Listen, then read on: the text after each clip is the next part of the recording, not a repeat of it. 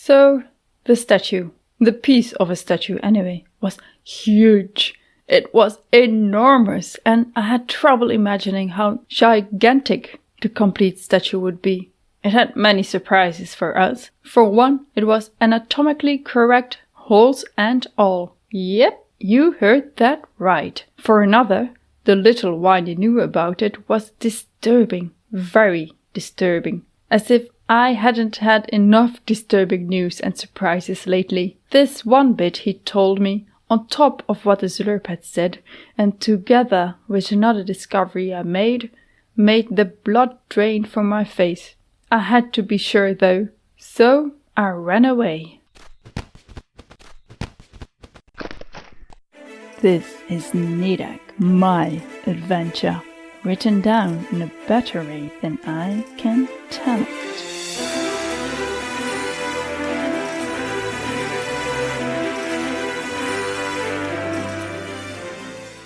Episode 18, The Statue. Nadec felt guilty about the way she treated Winnie. He had saved and taken care of her when she had the concussion. Granted, she'd saved him more often, but that was merely part of her job. He didn't owe her anything, yet he had decided to come along with her and help. And what did she do? She threw rocks at him when he wanted to be supportive and figure things out. Smooth, Nadec. Very smooth. He didn't appear to be disturbed about it, though. She stuffed one of the colorful rocks, a piece of what apparently used to be an enormous statue, in her bundle. She ducked to avoid walking in a spider web. She knew how strong they could be by being caught in them several times before. Many things were similar to Earth, yet with subtle and often not so subtle differences to the other Troponia. Her giggle earned her a glance backward from Winnie, who was leading the way closer to the statue piece. With another chuckle, a wave and a shake of the head, she urged him to continue. Not long after, they reached the statue. Nadec estimated it had taken them only about 20 minutes, including weaving around the trees and dense shrubs. She dropped her arm in irritation. The habit of having a watch was still there, but her fitness tracker had also fallen victim to the slurp. She looked up at the statue. Although she wasn't happy about wasting time, it had been a good idea to check this thing out.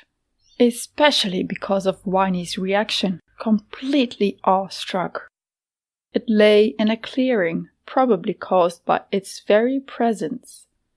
Big patches of moss covered the colored strata on the sides.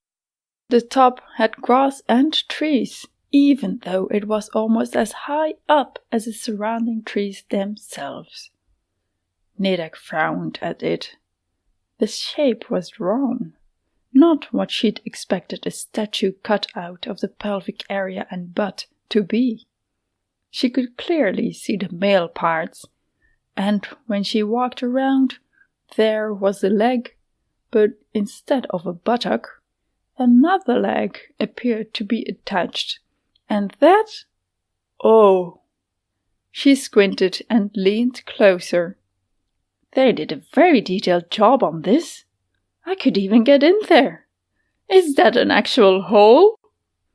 When she moved aside the vines growing down from the front, where she supposed two female legs came together, she saw it was even more detailed than she thought at first glance. After putting Kitty on the ground, she ducked and, snorting in amusement, popped her head in the middle hole. It was wide enough at the opening for her shoulders to fit. When she squeezed her arm up, she felt it get more narrow soon. Yet there was no end to the opening, not where she could reach it. Quite moist in here. The thought made her chuckle. Kitty meowed at her feet. Nadec ducked out of the cavern and patted him on the head before lifting him for a cuddle. "I'm all right, buddy," she whispered. "Thanks for your concern. Is there anything else you know about this statue, Whiny?" He stiffened at that. Pagewin was what he preferred, and he didn't care much for the nickname she'd given him. All the more reason to keep calling him that, she thought. He'll grow to like it eventually. It was obviously a woman and a man standing back to back. Why? Who were they? You said it had a lot of power, and that's why they pulled it apart and dispersed it. But how? How could they have cut those pieces and moved them? She kept walking around until she returned to the male side. And why do they have holes in them? Anatomically correct holes, for that matter. Whiny kept quiet for a while, studying her and the statue. She let him.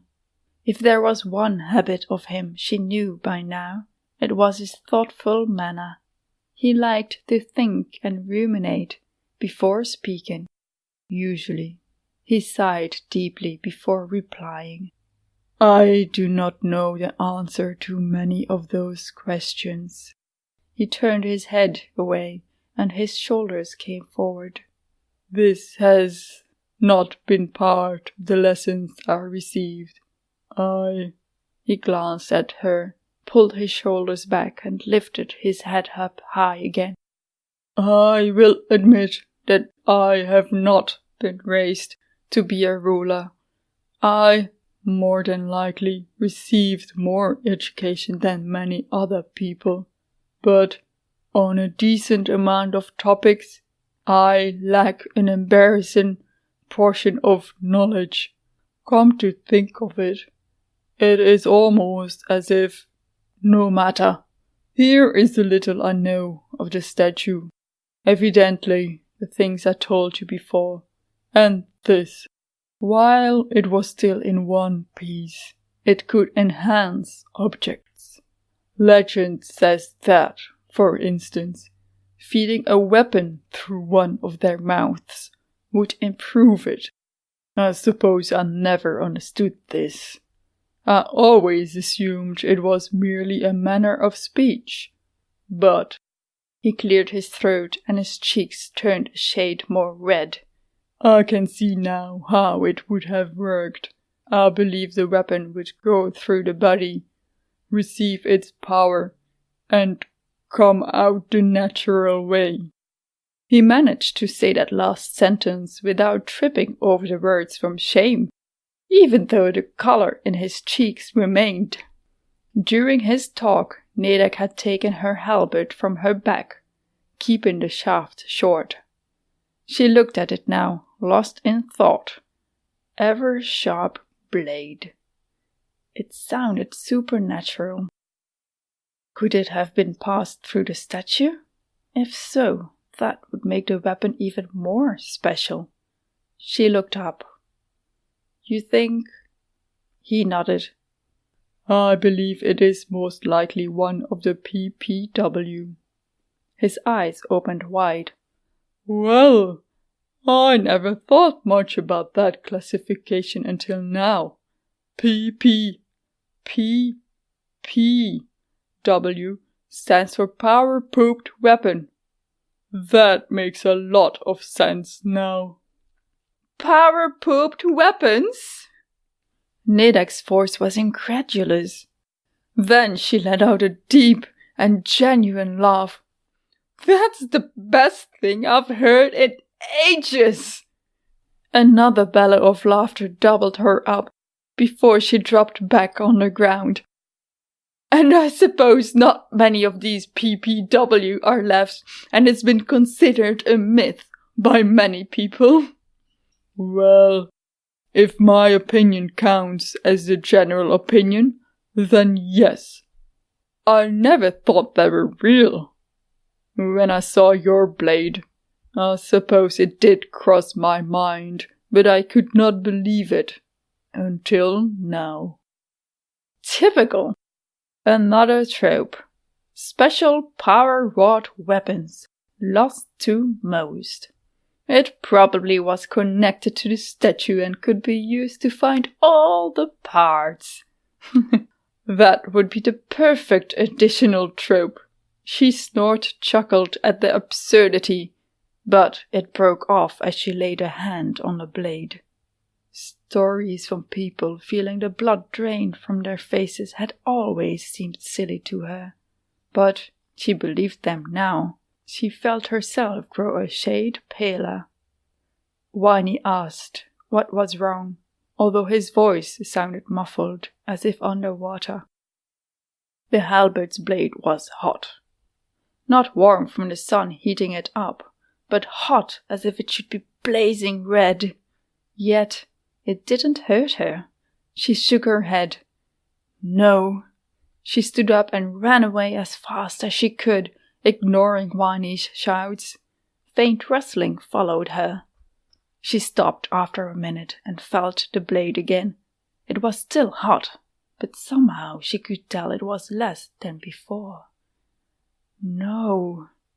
Her voice was quiet, like whispers of a breeze through trees. The slurp had been telling the truth. Heir to a royal family. Perhaps even a descendant of these originals. Connected to the statue.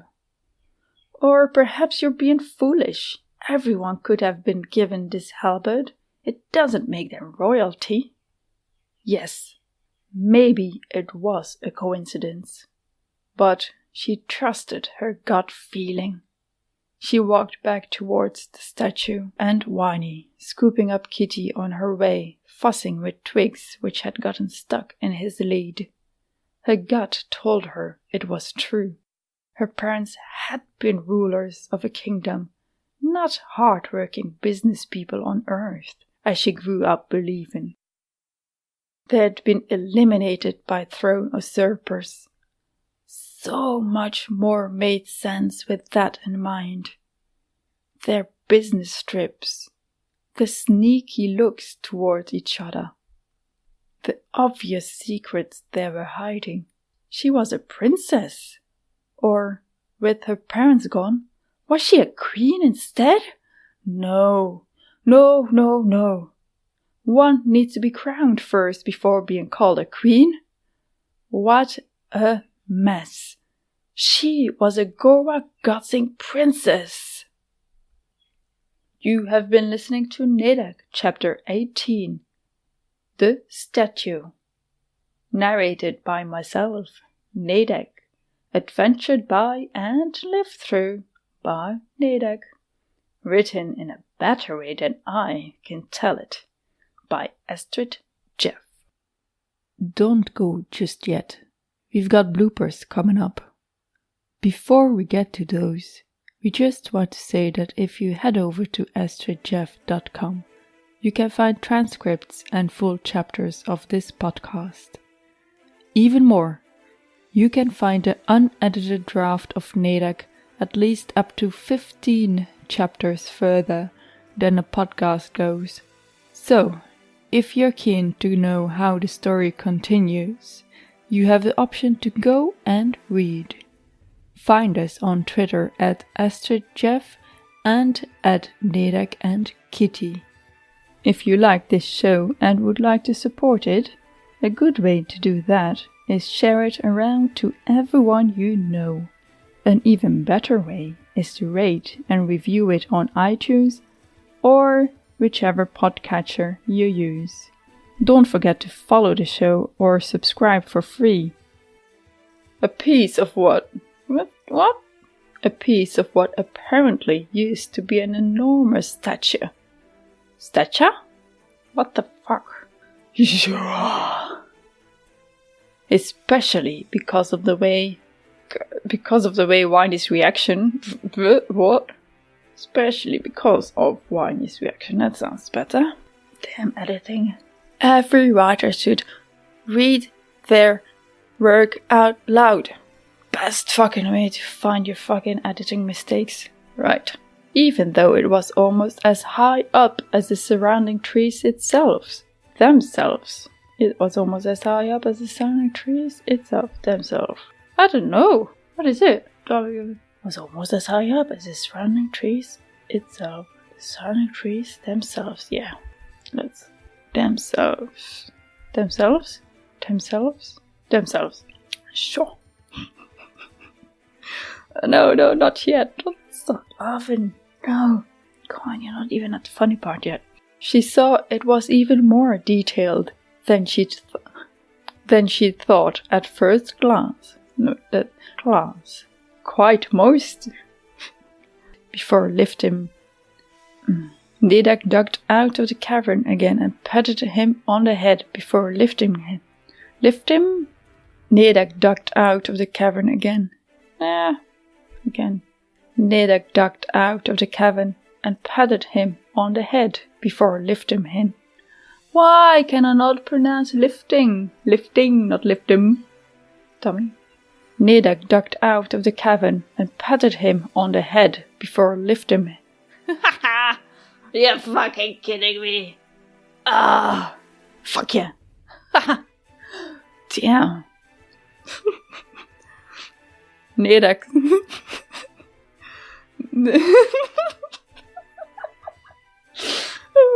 Nadec's voice was Nadec's voice was incredulous. Her voice was quiet, like whispers of a breeze through these. A breeze through this was so.